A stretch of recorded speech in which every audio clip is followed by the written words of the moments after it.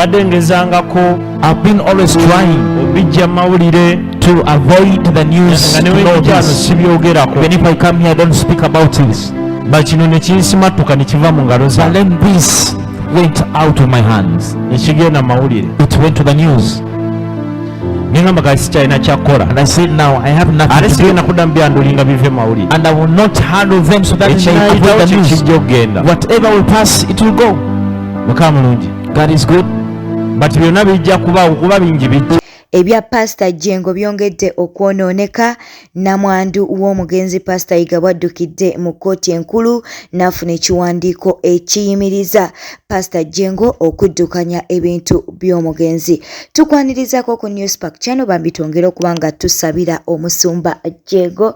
Webale kuba ntino ojje kumiddeko Newspark Channel mangi ge tukuleetedde olunaku olwaleero atuula kalira naye teweerabira okuba ntino onyiga ka notification bell akadaako kabaka kutegeeza buli lwe tuba tutaddeyo amawulire. Ate era mukwano teweerabira okuba ntino osubscribinga eri ggwe eyakabeera ntino otwegattako. Wona wosinze okuba ntino twaba oyinza okuba nga oli mu ggwanga lyattu Uganda oba wabweru w'eggwanga twagala okwanirizaako mu ngeri ey'enjawulo. Notification bell ke kadaako ke tukutegeezeza ntino olina okuba ntino okanyigako mukwano. Ate era teweerabira okulekawo obubaka bwo mu comment section.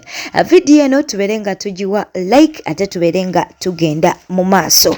Munnange omukyala Anet Yiga Katunyane yatadde Pastor Jengo ku bunkenke era amusuza teyeebase. Ono no ye yali mukyala wa Pastor Yiga era ng'ono yamuzaalamu omwana. Musumba Jengo nno ye agamba nti omukyala ono tebagaanangako kumuwa buyambi. Era ye Pastor Jengo agamba nti omukyala ono yandibanga ayina ebigendererwa ebirala kubanga tebagaanangako kumuwa buyambi era nga ne komiti ya chachi esobola okuba nti emujulira. Wabula ye Pastor Jengo agamba nti obuzibu bwava akukuba nti n'omukyala ono baamugamba abeere nga asayiningira ssente buli lwajja okufuna ssente nga assaako omukono. Omukyala kye yagaana ng'agamba nti ye tasobola kusayininga ssente ng'ate ssente zasayininga za mwana we. Wano no Pastor Jengo we yategeereza abaddukanya oba abaali bamuwa ssente balekerawo okuzimwa okutuusa nga onakkiriza okuba nti no ateekako omukono oba asayininga. Pastor Jengo nno agamba nti wano we wava obuzibu. Katusoke tubeere nga tumufuna obeere nga omwewulirirako. So I made the law. Whoever did not give me a chance, we reached to an agreement that there is a certain amount you get, but you have to sign for it. What is forbidding us with that woman you saw news to refuse to sign for that money? Personally, my father, as my father was living, I was still in senior 1 or senior 2. He gave me money. It was only 1 million.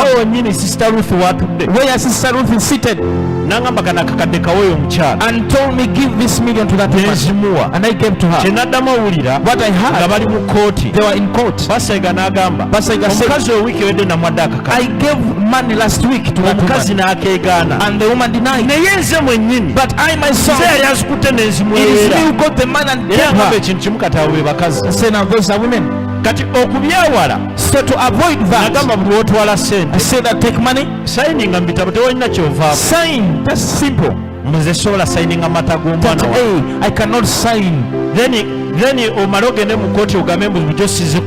you go to court and say I don't give you. Ye eyali secretary w'omugenzi Pastor Yiga agamba nti omukyala ono Anet Katunyane yaweebwanga ssente emitwalo 10 era nga beewuunyiza okuba ng'ono abyegaana. Era bano beewuunyiza okuba nti nno yaddukidde mu kkooti ng'agamba nti Pastor Jengo yagaana okuba nti alabirira omwana w'omugenzi Pastor Yiga. Buli wiiki twawanga omukyala oyo emitwalo 10. Buli wiki twawanga omukyala oyo emitwalo emeka? Emitwalo 10. Naye ekyanzija enviiri ku mutwe waliwo ekipapula ekyafulumye mbunganze mujulizi. Nze sibangako manager wa Pastor Yiga. Nze nali secretary wa Pastor Yiga. Nze sisayiningangako ku lupapula. ayambuse waggulu munfunire ekipapula agenze kireeta sisayininga ngako ku lupapula mu manya ga Shakira Nash. Shakira Nash is not my name, it's a nickname. Amanya gange nze nakiwewa Mary Goret. Era buli wensayininga ku lupapula sayininga ngaani nakiwewa Mary Goret. Naye ekipapula kyafulumye nga kigamba mbuuze manager na sayininga ku lupapula Lucy Sekuritale. Bannaye nnyimira nga njulira maaso ga Katonda. Kiri forgery. Twamuwanga emitwalo 10 ne Sise awagira kuba yatukanga ekiseera nga gamba Sise yabansayiningira. Mukama yeebazibwe. Naye essaawa eno okwata musumba omwana omuto ku myaka gye n'amusibisa mu kkomera ajja kisasulira.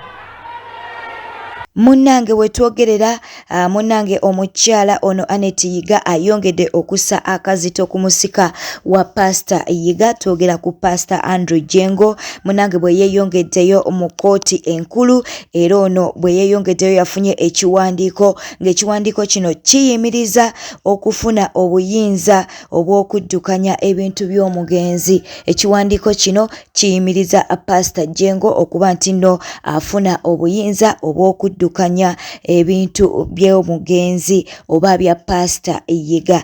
Anet Yiga ng'ayita mu bannamateeka be aba Mutungi Advocate munnange yeeyongedde mu kooti enkulu era ono n'afuna ekiwandiiko ekiyimiriza enteekateeka za Pastor Jengo obutagenda mu maaso na kuddukanya maali ya kitaawe. Twogera ku mugenzi Yiga okuggyako ng'omusango oguli mu kooti gusoose kuwulirwa ate era nga gusoose kuba nti nno gusalibwa.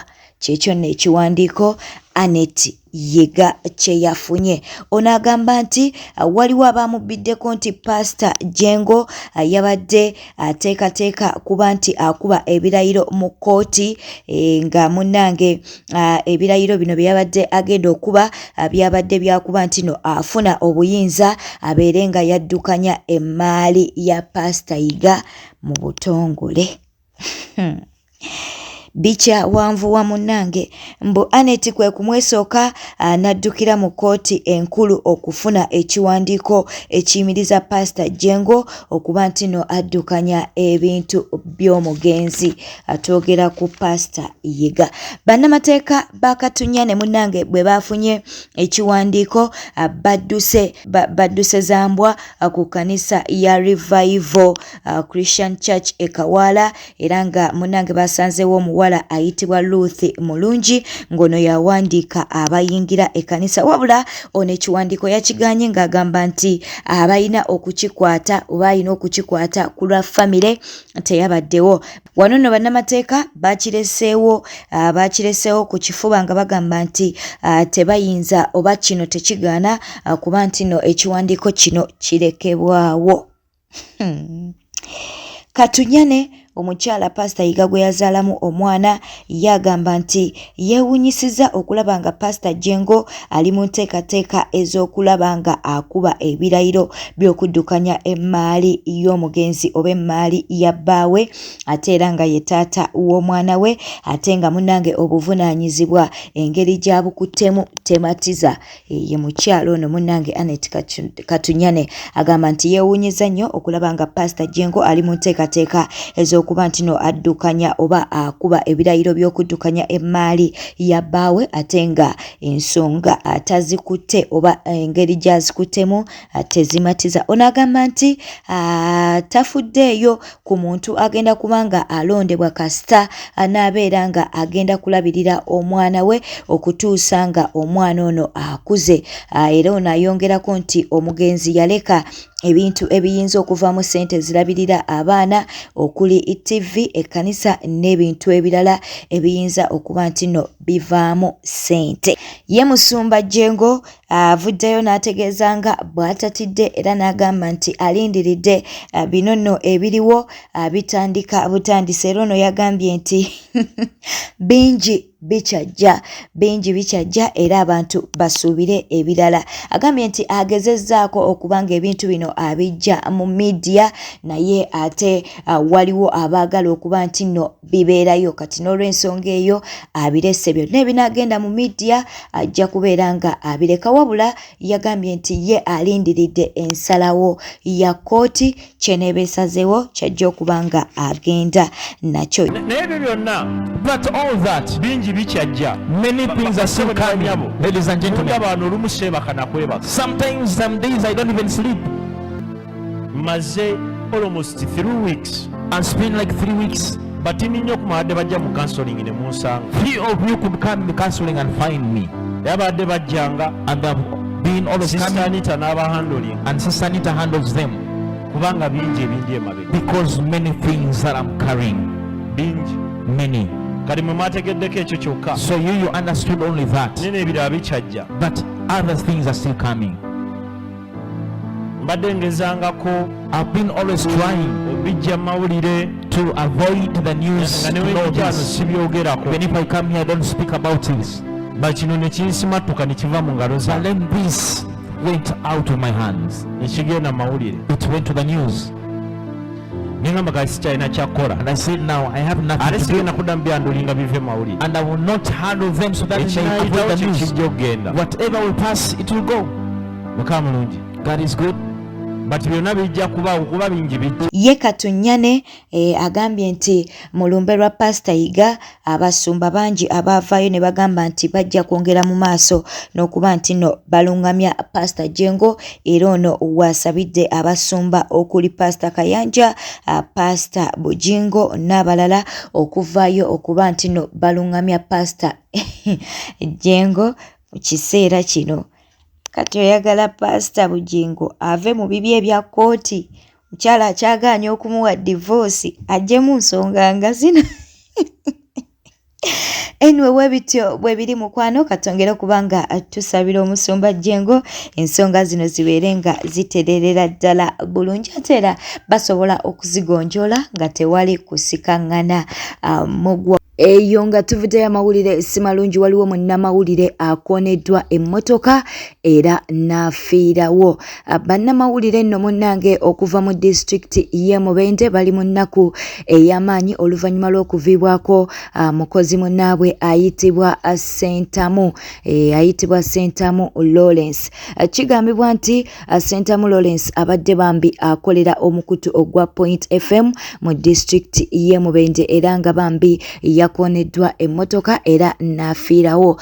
Sentamu no yabadde atambuddeko ne taatawe adiringira mu bintu ebya produce era nga babadde mu mmotoka nga bagenda sayidi z'e Kenya nga bayise Lukunjiri. Abeerabiddeko n'agaabwe bagambye nti omugenzi yasoose n'afuluma emmotoka okubaako byagula oba yabadde agenda kugula byakulya wabula bwe yabadde akomawo wano emmotoka eyabadde edduka emisinde we yamukoonedde. Bannamawulire banne naddala mu bitundu eby'e Mubende bambi bavuddeyo ne balaga ennaku ey'amaanyi olw'okuviibwako kwa mukwano gwabwe era mukozi munnaabwe. Abamu kwabo kwe kuli ne manager wa Mubende FM Kibalama Yusuf Kato yavuddeyo n'ateeka ku mutimbagano n'agamba amazima byampeddeko nange rest in peace little brother until we meet again. Kibalama bw'atyo bwe yataddeyo ku mukutu. Kati nno omugenzi wakuziikibwa olunaku olwaleero era nga bagenda kumuziika mu disitulikiti y'e Mubende.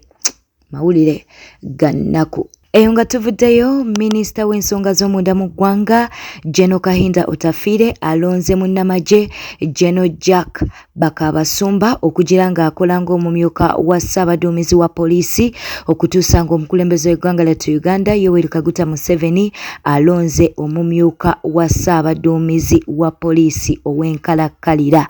Bakabasumba azze mu bigere bya General Peter Lokech. Jjukira nti bambi ono yava mu bulamu bw'ensi eno gye buvuddeko. Wabula Jack Bakabasumba guno si gwe mulundi ogusoose okuweerezaako mu poliisi. Bye bitonotono bye tuyinza okubeera nga tukuwa. Bwetyo bwe tutambudde, weebale kuba ntino obadde mulabi mulungi. Toberebera okuba ntino osubscribinga ku YouTube channel yaffe, ate era n'okunyiga ka notification bell akadde ako kaba kakutegeeza buli lwe tuba tutaddeyo amawulire. Weekuumire kweno yokka, tujja genda maaso n'okuba ntino tukuwa amawulire agakagwawo. Beera bulungi, weeraba, tukwagala nnyo.